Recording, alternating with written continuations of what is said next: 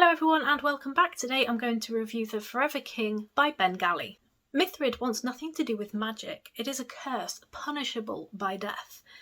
Then a mysterious spellbook washes up on her shores and she is thrust into a war that she knows nothing about. Now hunted by demons and mages, she fights for revenge, and if that means helping the outlaw king, so be it, even if it means heading for outright war. So I read this as an SPFBO round 7 finalist, and unfortunately this is a finalist that I just did not get on with. It didn't work for me. I struggled with this one. This is the first book in the Scalusan Chronicles, which follows on from Emaneska series, which is set in the same world before this one.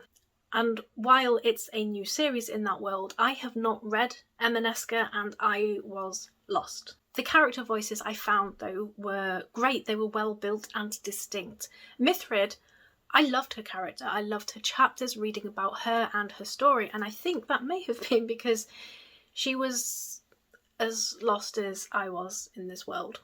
As she moves away from her original village into the wider world, finding out what's going on, I learned the world with her. She has known to keep away from magic her whole life, and suddenly she is thrust into a world where magic happens, and it really makes for some interesting events. But there were other major characters who clearly had a lot of backstory and events happen to them previously, and I struggled to get into them as much as Mithrid's story.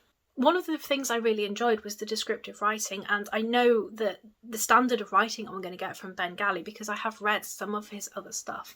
One of the passages I marked that I really enjoyed was the first flight we encountered on a dragon, because have you ever considered what it would be like being sat on the back of a giant flappy reptile? I thought that was done so well. And there are some fantastic concepts of this book. The written, for example, mages that have spellbooks put onto them, tattooed onto them. But I don't have the history of it. I keep getting told how dangerous this all is, but okay, so I've been told that. But now what? This is a very interesting world, but it is full of callbacks and prior world building. So while the standard of writing was exactly what I expected to come from Ben Galley, plot-wise and story-wise, character-wise, I was lost.